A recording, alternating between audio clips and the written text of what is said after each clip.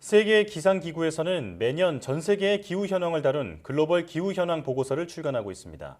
보고서에 따르면 2020년 지구 평균 기온은 산업화 이전보다 최대 1.3배나 상승했다고 하는데요. 지구 평균 기온이 상승하면 어떤 현상이 나타나는지 오늘 날씨학개로 내서 알아보겠습니다.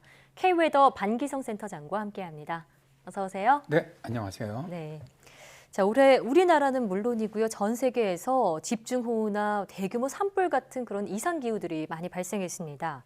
그 원인으로 기후변화가 꼽히고 있는데 기후변화는 온실가스가 바로 주범이잖아요. 온실가스는 얼마나 많이 증가했나요? 이제 아무래도 인간의 활동으로 인해서 대기 중에 그 온실가스 수치가 증가하면은 기후변화가 만들어지는데요. 네. 온실가스 중 가장 일반적으로 다뤄지는 것은 이산화탄소죠. 예. 이산화탄소의 대기 농도는 ppm 단위로 측정하고 있고요. 또 다른 주요한 온실가스인 아산화질소와 메탄은 ppb 단위로 측정을 합니다. 예. 지난 2019년에는 온실가스 농도가 최고치를 갱신을 했죠. 이산화탄소는 419.5ppm으로 산업화 이전 수준의 1.48배 증가를 했고요.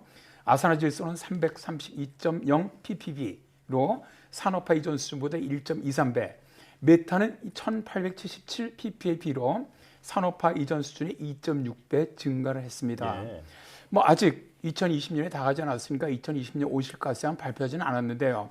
코로나19로 인해서 전 세계 경제 침체로 이산화탄소가 줄었음에도 불구하고 1년 전체로 여러 예비 데이터를 보면은 증가했다는 사실을 확인할 수 있다라고 이번에 이렇게 밝혔어요. 예. 이런 온실가스 증가는 기후변화를 심화시키기 때문에 정말 심각하다고 볼 수가 있죠. 예. 코로나19 때문에 온실가스가 좀 줄었을 거다 이렇게 기대를 했었는데 전혀 아니었군요. 네. 자, 그런데 이렇게 온실가스가 증가하면 지구 기온 상승으로 이어지겠죠? 네, 맞습니다. 이제 2020 보고서에 따르면은 지구 평균 기온은 산업화 이전, 이게 이제 1850년에서 1900년을 예의합니다. 이때보다 최대 1.2도 상승했다고 밝혔습니다. 네. 2020년이 기록상 가장 따뜻한 3년 중에 하나가 될 것이라고 말을 했는데요. 예. 또 2024년까지 한때 1.5도를 초과할 가능성이 20% 이상이라고 내다보고 있습니다. 네. 올해는 산업화 이전 시기보다 평균 기온 상승폭을 1.5도에서 2도로 재현하고자 한 파리 기후변화 협약을 체결한 지 5년이 되는 해죠. 아직 그럼에도 불구하고 그 궤도에 오르지를 못하고 있습니다. 네. 그렇군요. 자, 이렇게 기온 상승이 계속되면 그 환경에도 많은 변화가 있었을 것 같은데요. 아무래도 기온 상승이 되면 가뭄이라든가 홍수 같은 것이 발생을 하고요. 이런 것들은 산림 생태계를 망가뜨리죠. 국립산림과학원 조사에 따르면 캐나다 브리티스 컬럼비아 조림지는 기온 상승으로 2000년부터 10년간 1800만 헥타르의 피해를 봤는데요. 이 정도의 넓이는 여의도의 약 6만 4천 배 정도의 규모가 됩니다. 예. 또 미국의 뉴멕시코라든가 애리조나, 캘리포니아 등은 침엽 스림을 중심으로 고사한 나무들이 산림 대부분을 갈색으로 뒤덮었는데요. 예. 보고서에서는 산림 파괴 누적 효과는 생물 다양성을 감소를 시키고 에볼라 바이러스를 비롯해서 사스, 에이즈 등 미제 질병과 가까워질 수 있다라고도 설명을 하고 있습니다. 예. 네, 그러니까 지구의 기온이 올라가면 산림이 파괴되고 그 결과로 인류에게 치명적인 여러 가지 질병이 일으킬 수도 있다라는 말씀인데 그런데 이렇게 기온이 올라가면요 그 열이 바다의 온도도 상승시키잖아요. 이것도 큰 문제 아닌가요? 네, 그렇습니다. 아무래도 지구 기온의 온도의 상승은 바다, 그러니까 이 해수 온도도 서서히 높이고 있죠. 예. 바다는 지금 이산화탄소의 약 4분의 1을 흡수해주는 거대한 이산화탄소 스펀지 같은 역할을 하고 있어요.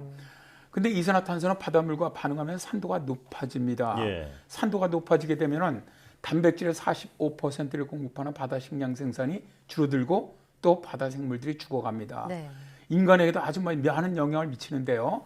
어업과 양식업이 위험에 처하게 되고 콜레라라든가 식중독을 일으키는 유해 해조류 번식의 원인이 되는 비브리오 박테리아 관련 질병이 증가한다고 말합니다. 예. 이 바닷물 온도가 올라가면 바다 생태계는 물론이고 우리 인간에게도 치명적인 영향을 줄 수 있다. 이렇게 말씀해 주셨는데 자, 또 다른 어떤 악영향이 있을까요? 일단 우리 이제 바다의 수온을 얘기하면 대개 해면 표면, 예. 바다 표면의 그 수온을 갖다 얘기하는데 정말 중요한 거는요. 해양 열 함량이라고 저희들이 불러요. 예. 이게 뭐냐면 해양 표면에서부터 깊이 2000m 이 안에 있는 열 축적을 얘기하는 겁니다. 예. 근데 이번 세계 기상기구 보고서에서는 모든 다양한 데이터를 취합을 해보니까 해양 온난화 속도가 최근 20년 동안 모든 깊이에서 아주 강한 증가를 보이고 있다.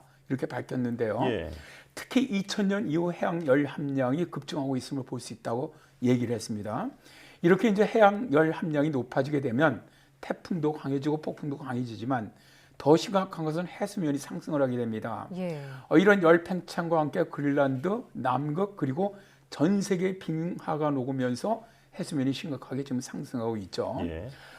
지금 뭐 전 세계적으로 해수면은 매년 평균 3.29mm 상승해 나가면서 2020년에는 거의 최고점을 지금 찍고 있는데 이것은 열대 태평양의 라니나 영향으로 보고 있습니다. 예. 네, 그러니까 해수면 상승의 원인으로 바닷물에 축적된 온도가 올라가는 것도 있지만 해빙, 빙하가 녹는 현상도 포함이 돼 있는 건데 전 세계의 빙하가 그러면 현재 얼마나 녹고 있는 상황인가요? 일단 우리는 빙하가 이제 남극이나 북극이나 혹은 그린란드에 다가 있는 것을 알고 있는데 그건 네. 아니죠. 높은 산맥인 히말라야라든가 럭키라든가 안데스 산맥 이런 데도 빙하가 굉장히 많습니다. 예.